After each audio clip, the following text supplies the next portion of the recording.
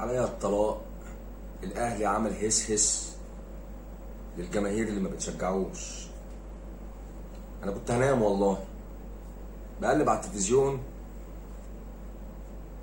لقيت حد مستضيف على التليفون شوقي السعيد، مش عارف مين كده، وكان معاه معتز اينو. فلقيته بيقول له انت هتشجع مين؟ قال له انا ما اتمناش ان الاهلي يفوز. يا عم هو انت من كوكب اخر؟ هو احنا صهاينه؟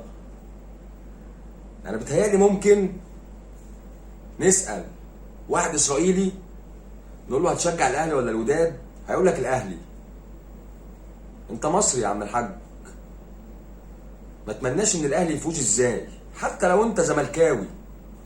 الكلام ده لو انت بتلعب الزمالك، لو الاهلي بيلعب الزمالك سي يعني. الاهلي عمل هس هس للبشر بره مصر وجوه مصر. قال له انا ما اتمناش فوز الاهلي. ازاي يا جدع؟ انت مجنون.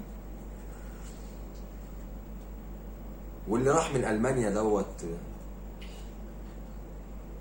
ما اعرفش جنسيته ايه، ولا المفروض ان هو مصري يعني، واقف لبعثة الاهلي جاي من المانيا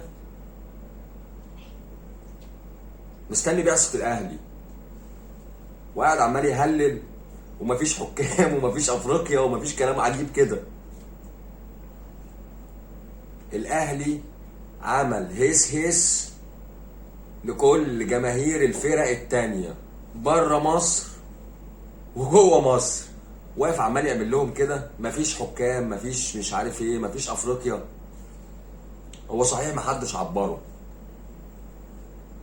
الهستيري بيقول سيد عبد الحفيظ بصله كده نظرة الله يشفيك. انا بحب الهستيري ده قوي، الله يسوقه. فحاجة عجيبة يعني. انا كنت هنام والله، ما كنتش هصور، بس طلع لي الاخ شوقي السعيد قال لك انا عايز الوداد يفوز. وطلع لي الاخ اللي مش عارف جاي من المانيا بالقطر ولا بالميكروباص ولا ايه، وشايل علم الزمالك، واقف عمال يهلل كده. محدش عبره عامة، محدش بص له سيد عبد الحفيظ. مش عارف اقول ايه. الاهلي زي ما انا بقول لكم عمل تربنه لكل الفرق بره مصر وجوه مصر. عامل تربنه للوداد دلوقتي، والله العظيم لعيبه الوداد 48 ساعه رعب. ان شاء الله هنرجع بالكاس من المغرب. تابعوني على قناه على القهوه لايك واشتراك وشير. السلام عليكم.